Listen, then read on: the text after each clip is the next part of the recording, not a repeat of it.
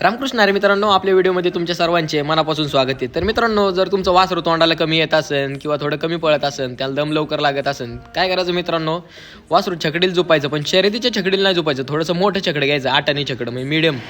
तर त्यांनी थोडंसं वजन असतं, त्यात एक जण बसायचं. आणि बघा, हे वासरू छकडीला त्रास देते मला खूप. तर आपला जिवलग जीवाचा ओंकार आप्पा जगताप वासराला धरून चाललेला आहे पुढं, पण त्याची ती सुद्धा सवय आपल्याला मोडायची आहे. थोडा वेळ त्याला धरून चालायचं, त्रास देईन असा.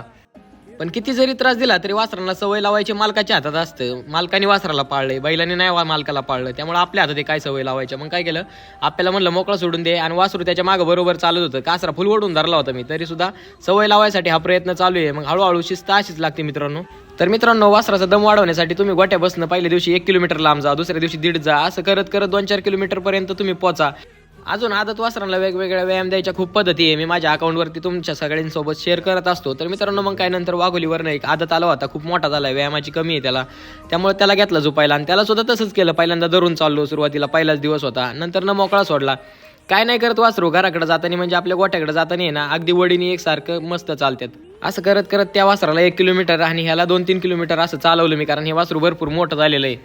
माणसांना थोडं रस्त्याच्या घाबरतंय अजून ते, तर ती पण सवय होईन आपल्याकडे बंद हळूहळू. तर मित्रांनो, अशाच नवीन नवीन गोष्टी तुमच्यापर्यंत पोहोचण्यासाठी आपल्या आयडी लवकरात लवकर फॉलो करा. जय श्रीराम. पाठवा सगळे मित्र.